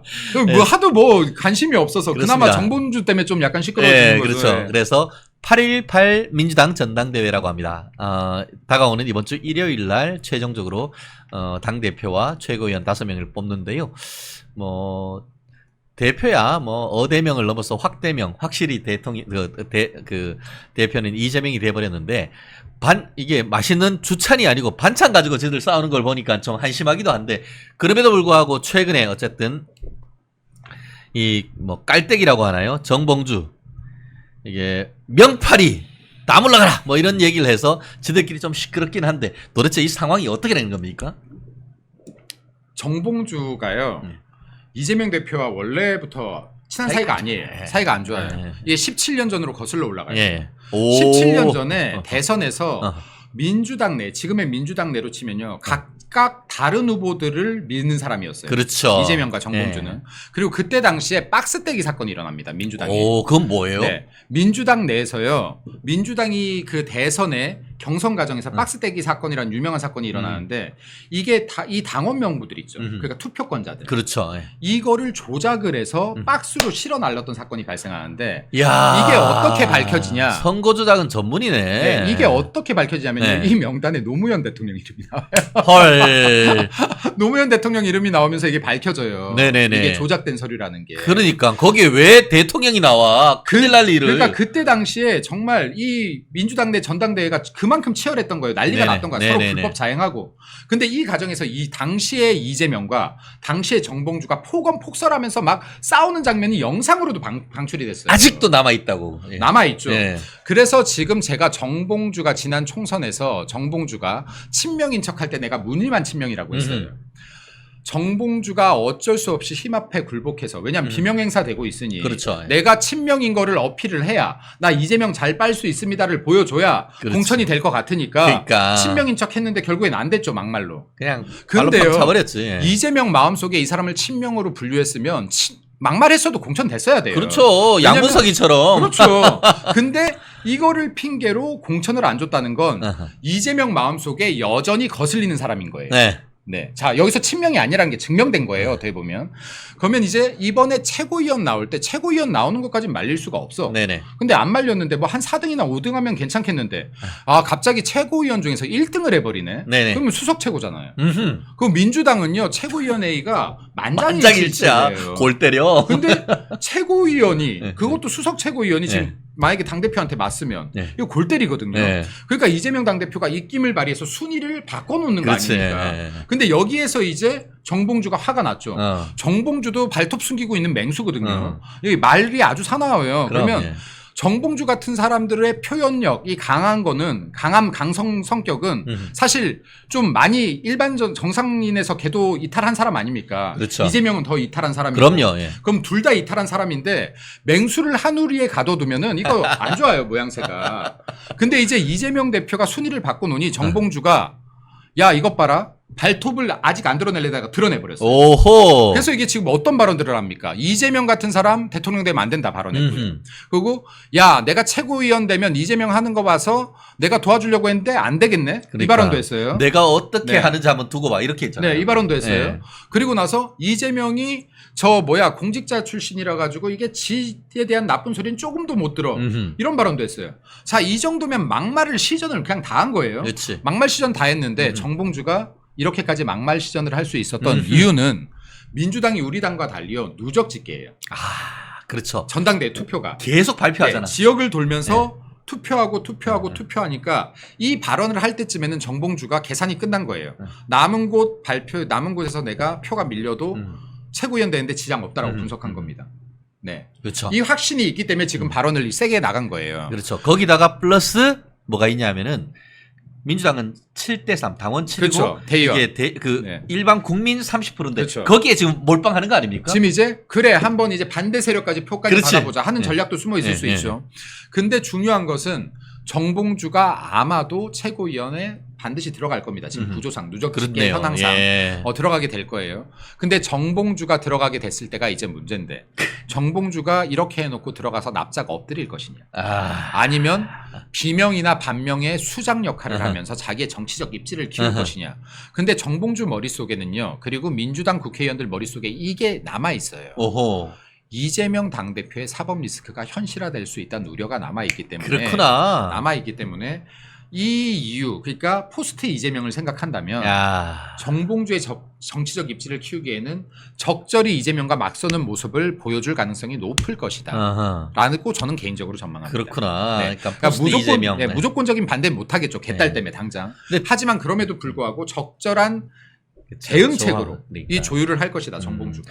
저거 진짜 재밌겠네. 지금 김 대표님 말씀처럼 만약에 정봉주가 1등을 한다. 그러면은 이 민주당 최고위원 아침마다 할 때 딱 이렇게 카메라 화면에 잡히는데 이재명, 정봉주 딱 해가지고 이재명이 뭐라 하면은 바로 옆에서 아닌데요? 그리고 이게 또 관전 포인트 하나 말씀드릴게요. 이재명의 개딸을 눌렀던 딸 부대가 있어요. 어허. 추딸. 그죠? 네. 맞아요. 추딸들이 순식간에 추미애 강성 발언 때문에 쫙 직결해가지고 그렇죠. 추미애 뭐 만들었습니까? 옛날에 국회의장, 네. 예, 의장 그러면 만들자고. 이재명 당대표가 밀려고 했는데 추딸들이 완전 반기를 들었잖아요. 예. 민주당 당원들이요. 이런 딸기를 갖고 있어요. 그럼 똘끼라고 뭐 하죠. 딸기라고 할게요. 딸기를 갖고 있어. 네, 그러면 재밌다. 그럼 이게 정봉주 의원 같은 경우도 딸이 있단 말이에요. 예. 정딸이 있어요. 예. 근데 이게 정봉주 의원 정딸 부대들이 만약에 이걸 또 세를 직결한다. 어허. 그럼 정딸, 추딸 뭐 이렇게 연합군도 만들어지고 어허. 만약에 이게 개딸들과 만약에 한번 붙어볼 만하다라고 어허. 하면 정딸이 모여지면 정봉주가 발톱을 완전히 드러내고 이빨까지 드러낼 수도 있어요. 그러니까 정딸 부대들이 만들어지는 걸 또 우리가 한번 기대해 볼 만하지 않을까. 네. 저건 어떨까요? 하나 좀 질문이. 사실 이번 8.15 사면 복권에 있어서 김경수가 지금 정치 재개할 수 있도록 복권이 됐지 않습니까?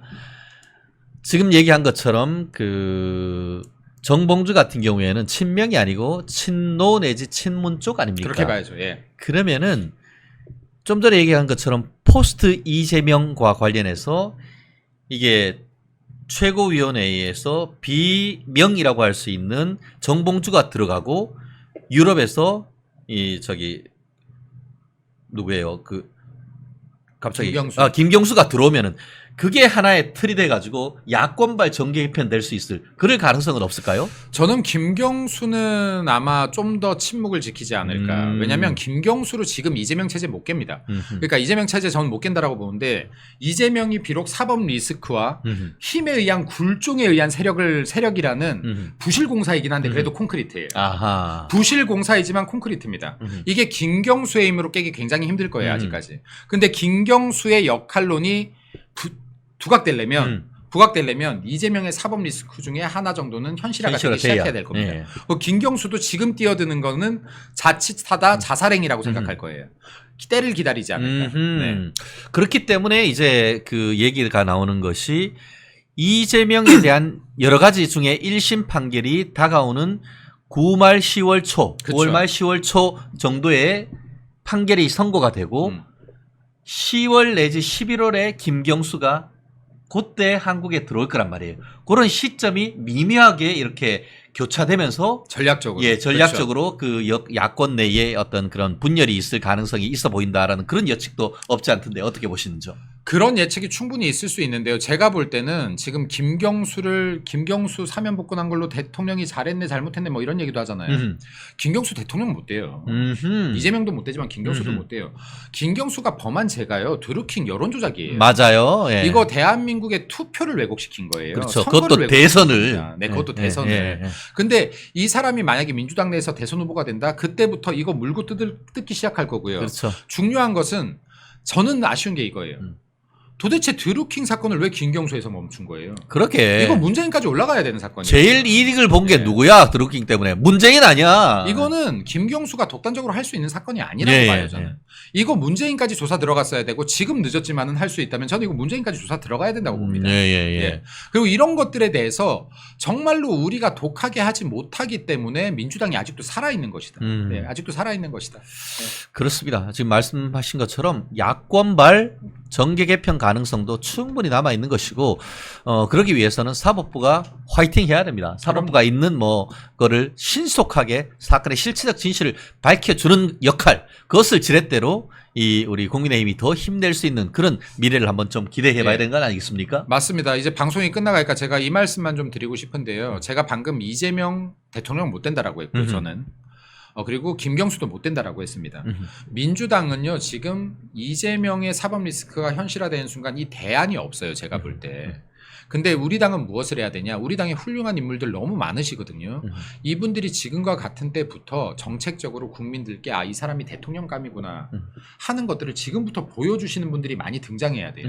예, 그래서 뭐 한동훈 대표가 될 수도 있고 오세훈 시장이 될 수도 있고 뭐 많은 분들이 있잖아요. 나경원 대표가 될 수도 있고 여러 분들이 있어요. 그렇죠. 뭐 원희룡 정 장관이 될 수도 있고 그럼요. 예. 정말로 많은 분들 인재들이 있어요. 홍준표 대표가 될 수도 네. 있고 많은 분들이 있는데 이분들께서 지금 이러할 때 싸울 때는 싸우고 국민들을 위한 민생을 챙길 때 챙기고 경제정책 내놓고 함으로써 저 사람이야말로 우리나라의 대통령감이구나 하는 것들을 지금부터 다져가시면 절대 대선 지지 않는다. 오케이. 그리고 지금 윤석열 정권 성공시킨다라는 전제하에 윤석열 정권 성공하기 위해서 정말 힘을 합치고 그리고 대선 주자분들 지금부터 두각을 나타내는 정책적 두각을 나타내시길 바랍니다.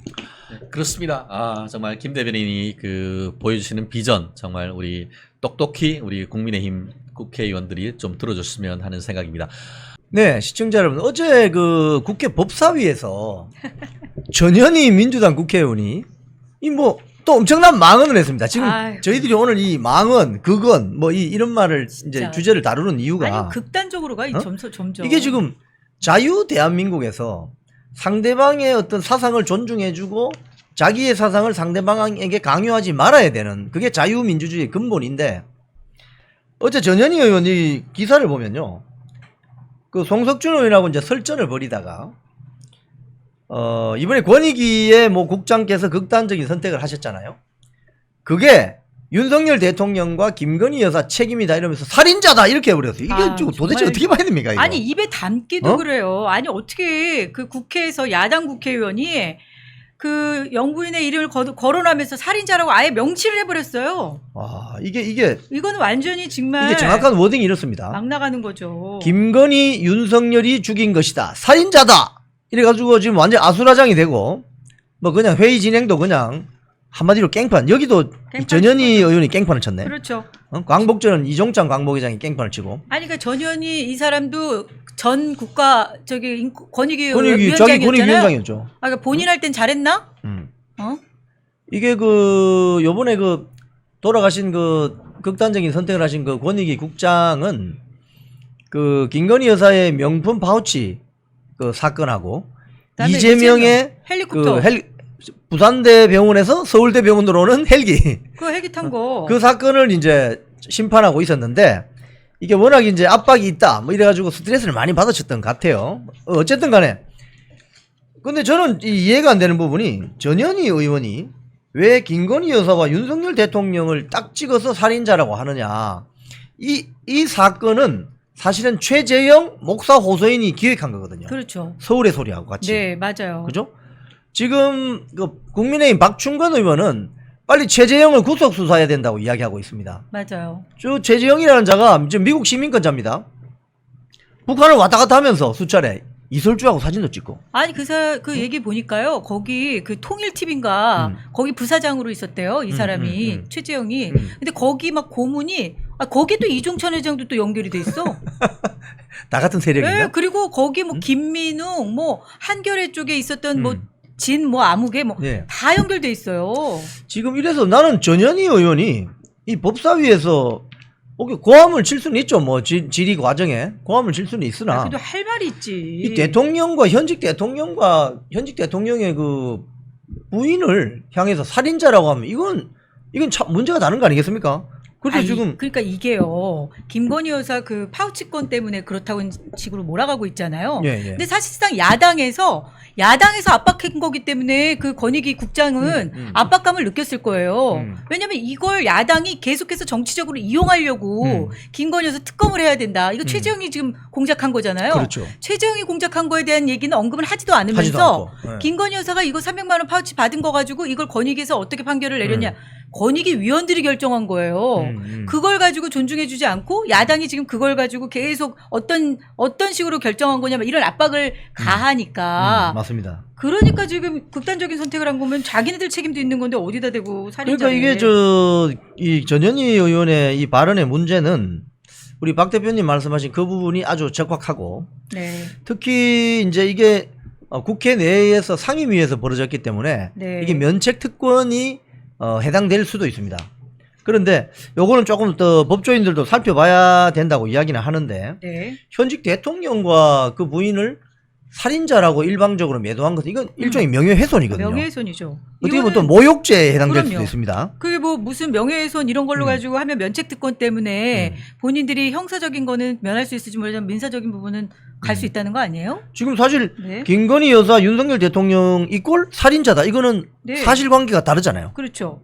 그럼 허위 사실에 의한 그분을 뭐 살인한 주체는 아니지 않습니까? 그렇죠. 그러니까 허위 사실이거든요. 허위 사실에 대한 명예훼손이기 때문에 그래서 지금 이게 이건 제가 봤을 땐 민사로 갔을 때는 전현희 의원은 이거 계속 힘들 거예요. 그리고 이거 여기서 그 법사위에서 발언한 것들 중에 진짜 웃기는 게 서영교예요. 서영교. 서영교 뭐라고 또 꼈어 서영교도. 아니 지금 전현희 막말에 가려져서 그렇지. 예. 서영교도 송석준 의원 있잖아요. 예. 송석준 의원이 아주 되게 발언을 아주 세게 했더라고요. 예. 그런데 이게 그분이 얼마나 많은 고생을 했나, 본인은 그분의 죽음에 죄가 없냐 막 이러면서 전현희한테 막 그랬잖아요. 예. 그랬더니 서영교가 바로 음. 부끄럽다, 김건희한테 그렇게 딸랑딸랑해도 사무총장 못하더니만 기본적 양심은 있어야지 이랬어요. 나는 이 소리를 딱 듣는 순간 서영교의 얼굴을 딱 보는 무슨 생각이 들었냐면, 야, 니들은 그렇게 범죄 혐의 11개나 있는 사람 당대표 세워놓고 그 공천 하나 받으려고 딸랑딸랑 거리더니, 그래서 그렇게 해갖고 공천 받아서 국회의원 되니 좋니? 나 야. 그 소리 하고 싶더라고, 어제. 이것도 정말 이것도 어떻게 보면 명예훼손이네요. 이것도 웃겨요. 네. 딸랑딸랑. 딸랑딸랑. 그래서. 딸랑딸랑은 이재명한테 딸랑딸랑 하는 거 아니에요 지금? 아니, 자기들이 지금 딸랑딸랑 하고 있잖아요. 그래서 친명 횡재한 거 아니에요. 지금 어제 대통령실에서 이 입장 전현희 밝혔죠? 의원의 발언을 놓고 네. 면책 특권을 이용한 폐륜적 망언이다.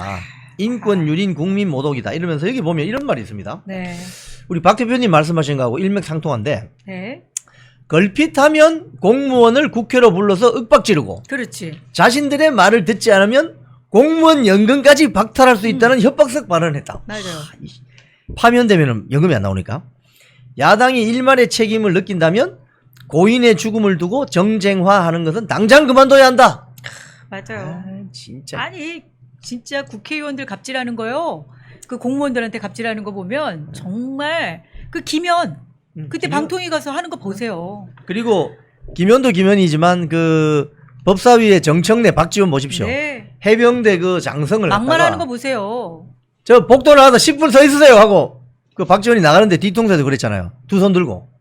이거 완전히 이거 진짜 정말 대한민국 국회가 이 위상이나 품격이 이렇게 거의 땅바닥 수준으로 맞아요. 추락 직전입니다. 추락 직전. 아, 정말 국회에 그 야당 의원들 발언을 보면 품이 없는 건 뭐 너무 당연하고요. 정말 막말 제조기들인 것 같아. 네. 22대 국회가 이렇게 될 줄 예상을 했지만 어제 그 국민의힘이 전현희 살인자 발언에 대해서 전현희 의원직 제명 촉구 결의안을 제출했다고 합니다. 아, 국민의힘에서요. 네. 해야 됩니다. 이 정도면. 이게 지금 이번에 보면은 참 특이한 것이 이번 국회가 의원직 제명해야 된다고 지금 그 국민 서명 운동하는 게 지금 정청래 나왔고 정청래, 최민희 나왔고 이제 전현희까지 나온 거예요. 그렇지. 야 이거 우리 지금 국회의원 국민 소환제나 이거 뭐 진짜 국민 소환제 있었으면 좋겠어요. 이런 제도가 있어야 될 것 같은데 도저히 이거 막말 망언 사상의 자유를 침해하는 이런. 근데 이거 사실은 이런 것들이 여러분 이거 뭐 작년에 있었던 일이지만은 그 윤석열 대통령이 언론과의 소통을 좀 넓혀보려고 도어 스태핑을 하다가 이 사건 때문에 이제 도어 맞아요. 스태핑이 중단돼서 지금까지 그랬죠. 하지 않는데 그 MBC 이모 기자 삼선 슬리퍼 네. 그 사실 제가 보니까 아디다스 짜가던데 보니까 아, 그래요? 짜가 삼선 슬리퍼 신고 주머니에 호주머니에 손 집어 넣고 출근하는 대통령 뒤통수에 대놓고 고함 지른 사건. 자, 저는 진짜 저도 그때 그 봤거든요. 그 장면. 진짜. 와, 정말 옆에 있었으면 그냥 진짜 저 같으면 제가 대통령이었으면 그냥 한 대 때려주고 싶었을 것 같아. 꿀밤을 그냥. 그런데 아우, 이것도 마찬가지입니다. 등짝 한 대를 그냥. 본인이 생각하고 있는 거하고 대통령이 생각하고 있는 게 다를 수 있잖아요. 모든 사람은 생각이 다 다릅니다, 여러분. 모든 사람이 생각이 다 같으면 그건 전체주의, 공산주의 체제입니다. 모든 사람은 생각이 다 다르다는 전제하에 서로 대화하고 약간의 서로 간의 스페이스를 둬야 됩니다. 왜냐하면 내 생각을 다 강요하면 그 전체주의 국가거든요. 그렇기 때문에 국회의원 출입 기자라고 하더라도 MBC 출입 기자 이모 기자 뒤에 상 받았던데 뭐 때문에 상 받았더라? 뭐 일 잘한다고. 아니, 거기 타 기자들의 모범이 됐다고 참. 모범상을 받았다는 게 이게 말이 돼요? 이게 모범상. 그러니까 어? 타 기자들의 모범이 됐다. 아니, 대통령한테 대들고 나니까 막 그냥 타 기자들한테 모범이 되려면 짜가 그 아다디스 삼선 슬리퍼에 아다디스. 호주머니에 손 집어넣고 네. 고함을 잘 쳐야 타 기자들 사이에 모범이 되는구나. 이게 앞으로 이제 타 기자들의 모범이 되려면 딱 요 이모 기자처럼 그렇게 하면 되는 거예요? 그래서 지금 MBC 안영준 민노총 출신 안영준 체제의 문제점이 바로 이런 거예요. 이렇게 밖에 나가서 사고를 치고 전 국민적인 공분을 일으키는 직원이 있는데도 불구하고 해임을 안 시키네. 맞아요. 저는 저 민노총 체제에 반대하다가 바로 해임됐는데. 그러니까 어? 우리 이영풍 기자님은 그냥 바로 해임 당했는데 슬리퍼도 안 신고 그렇게 안 했는데도 그냥 해임 당하는데 저는 잘 얘네들은- 닦은 구두 신고 아니 다녔습니다. 그래서 민주노총에 다들 그렇게 다 가입을 하고 그러나 봐요. 눈치를 보는 거지. 네. 눈치를 보는 거지. 눈치를 살살 얼마나 보면서. 힘이 세면 음? 그래서 지금 이런 사건들도 보면 말이죠. 막말하는 것이 막말하고 망언하고 자신의 사상을 다른 사람에게 강제로 주입시키려고 하는 게 자유가 아닙니다. 이거는. 네, 맞아요. 그거는 폭력이에요. 폭력. 맞아요. 근데 자유라는 어떤 개념이 한 70여 년 동안 아무런 대가 없이 공기나 물처럼 주어지니까 그렇죠. 이 자들이 지금 완전히 착각을 해가지고 맞아요. 내가 슬리퍼를 벗겨서 뒤통수를 팍 이게 자유라고 생각하는 거예요. 그렇지 않습니다. 자유에는 항상 책임이 따릅니다. 맞습니다. 자유에는 책임이 따른다는 생각을 하면 이런 짓을 못하죠. 이제 지금 우리가 누리고 있는 이 자유를 고맙게 생각해야 되는데 그냥 너무 당연한 것처럼 생각을 하는 거예요. 그러다 보니까 뭐 방종인 거죠. 이 정도면. 이 정도면 본인이 이 내 자유야 이렇게 얘기할 게 아니라 이거는 정말 예의를 갖춰야 되잖아요. 상대방에 대한. 아무리 그래도 정말 예의를 갖춰서 얘기하면 본인들이 다른 얘기를 하더라도 존중을 받을 수 있거든요. 근데 이거는 너무 막 나가자는 태도였는데. 그래서 이게 상을 보면은 막말이라든지 망언이라든지 지금 이종찬 광복 회장의 이런 행태라든지 이런 걸 보면은 자유를 내가 무한정 누릴 수 있다. 즉 방종이죠. 방종. 책임을 지지 않는 그 자유. 무한정 나의 자유는 누리면서 다른 사람의 인권이나 다른 사람의 사상의 자유까지 침해할 그 권리는 없는 겁니다. 그렇죠. 그런데 이게 지금 완전히 뭐 백주 대낮에 이렇게 이루어지니까 대한민국 체제가 지금 아주 위험에 처한다. 그리고 오늘 윤석열 대통령이 말한 가짜 뉴스 이것도 마찬가지거든요. 윤석열 대통령 그 당선되기 전에 뭐 뉴스타파에서 만든 그 허위 인터뷰를 통해서 그게 공중파로 다 가고 인터넷 매체 좌파 매체로 확산되면서 대통령 선거에 개입하려고 한 거 아닙니까? 그렇죠. 그 관련자들이 지금 구속돼 있습니다. 사실 이건 정말 엄중하게 다뤄야 되고요. 이거는 그 뭐 드루킹 댓글 사건도 그랬지만 그건 이제 결과적으로 대통령까지 낙마시킬 수는 없는 뭐 그런 물을 수 없는 상황이잖아요. 근데 지금 잘못하면 이재명이 될 뻔했어요. 될 뻔했죠. 그러니까 그거는 공작을 한 거거든요. 그리고 이런 사람들은 사실 그냥 가볍게 다뤄서는 절대 안 된다고 생각하고요. 이 죄에 여기에 연루된 사람들 예. 그리고 사실 이 방송한 사람들 지금 뭐 MBC나 MBC는 아직도 사과 방송 안 했잖아요. 안 그렇죠? 했죠. JTBC는 사과 방송을 했는데 저는 그 사과 방송도 사과 방송으로 끝날 게 아니라고 봐요. 이 정도면 방송국 자체를 폐방시켜야 돼요. 이게 지금 그 민노총이 장악하고 있는 방송사나 언론사의 문제가 뭐냐면 제작과 편집의 자율성은 무한대로 요구하면서 제작과 편집의 책임성은 아주 인색하다는 게 문제입니다. 그래서 안에서 내부에서 제작이나 편집의 책임성을 묻는 그 감시 기구, 감시 제도가 그냥 무너져 버린 거예요. 이게 87년 민주화 이후에 한동안 쭉 가던 것이 어느 순간이 되면서 뭐 IMF 이후 2008년 이후 광우병 가짜 뉴스 파동 이후 이제 프로그램 뭐 가짜 뉴스 해도 별로 처벌 안 받네. 그렇죠. 그러면 안 돼요. 이거를 아주 엄격하게 그리고 정말 최고형으로 해서 다시는 이 가짜 뉴스 생산하고 또 이렇게 조작하고 공작하고 이러는 것 자체를 엄두를 낼지도 못하게끔 해야 되는 거예요. 저는 이걸 일벌백계 해야 된다고 생각해요. 그래서 지금 이번에 과방위 청문회에서 또 나온 이야기지만 네. 그 PD 수첩, MBC PD 수첩 그 있잖아요. 조능희 PD가 조능희. 어쩜 이렇게 뻔뻔해요? 조능희라는 사람이 MBC PD 출신인데 이번에 그 이사를 지원했던 것 같아요. 근데 안 된 모양입니다. 그런데 그자가 나와서 뭐라고 했냐면은